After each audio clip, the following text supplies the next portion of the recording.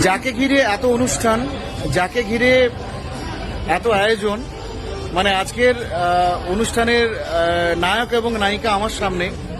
তো নায়িকার কাছে প্রথম একটু রিভিউ নেব, কেমন লাগছে? রঘুনাথ আর্ট অ্যান্ড ক্রাফটস জেনে আমি তার রিভিউ দেখে আমি যতগুলো এক্সপেকটেশন রাখতাম আমি ভাবলাম সেগুলো তো কিছুই না, সেগুলো তো বেসিক। তারপরে সেটা থেকে অন্য কিছু একটা ভাবনা দিয়ে তৈরি করা একটা জিনিস, এই জিনিসটা আমি চেয়েছিলাম।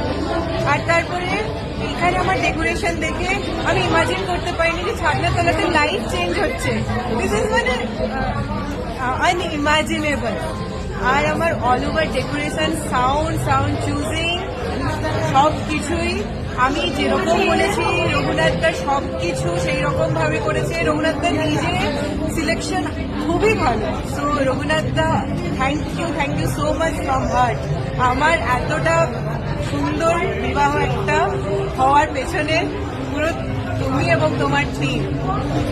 ভালো থেকে এন্ডিং পর্যন্ত প্রত্যেকটা স্টেপ খুব ভালো, প্রত্যেকটা স্টেপ মনের মতো। আর যেরকম ভাবে বলেছিলেন যে এটা করবেন ওটা করবেন, সেটাই করেছেন বলতে গেলে।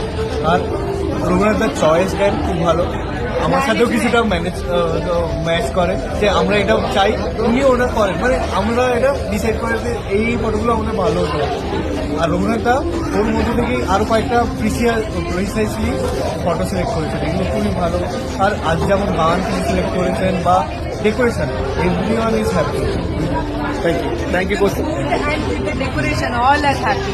আমার এটা খুব ভালো লাগে।